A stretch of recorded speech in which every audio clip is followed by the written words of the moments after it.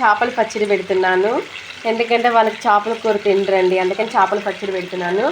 ఇంకా కొంచెం తలకాయలు తోకలు, ఇదేమో చేపల పులుసు పెడదామనేసిగా ఉన్నాను. గోదావరి చేపలు చాలా ఫ్రెష్గా ఉన్నాయి కదా, వీటిని కూడా మంచిగా పులుసు పెడతాను.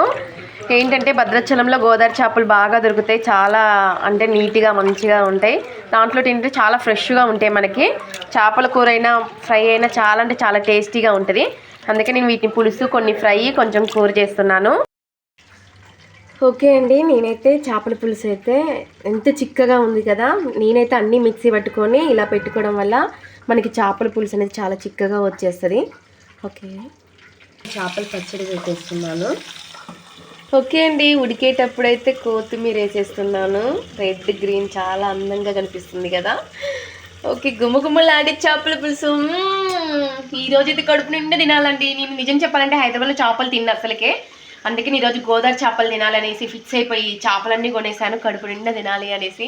ఓకే అండి, చూస్తూనే ఉండండి మా చేపల కూర. అయితే పులుసు రెడీ అయిపోతుంది. ఇప్పుడు కొత్తిమీర చల్లేసుకున్నాము. గుమ్మగుమ్మలుగా మంచి మంచి స్మెల్ వస్తుంది. నేనైతే ఇంట్లోనే తయారు చేసుకున్న మసాలా మట్టికే యూజ్ చేస్తాను, వేరే మసాలా అసలుకి నేను యూజ్ చేయను. నేనే తయారు చేసుకున్న ఈ మసాలాతోటే చేపల పులుసు, చేపల ఫ్రై అన్నీ చేస్తున్నాను. పక్కైతే చిన్న చిన్న చేపలు ఇవన్నీ ఫ్రై చేస్తున్నాను. ఓకే అండి, మా ఛానల్ చూస్తూనే ఉండండి. ఇంకా చేపల పులుసు కూడా ఎలాగైందో చూపిస్తాను. ఇప్పుడు మూత పెట్టేసుకుందాం, గాలి గుమ్మగుమ్మల వాసన రావాలి. ఓకే అండి, చేపల కూర అయితే రెడీ అయిపోయింది కదా, ఎంత బాగుందో.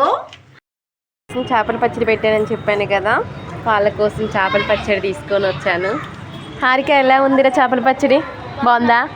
ఓకే, ఈరోజైతే పిల్లలు అయితే చాలా హ్యాపీగా తింటున్నారు, ఎందుకంటే వాళ్ళకి చేపల పచ్చడి ఇష్టం. దగ్గరికి రా మమ్మీ, దీంట్లో పడుద్ది కొంచెం.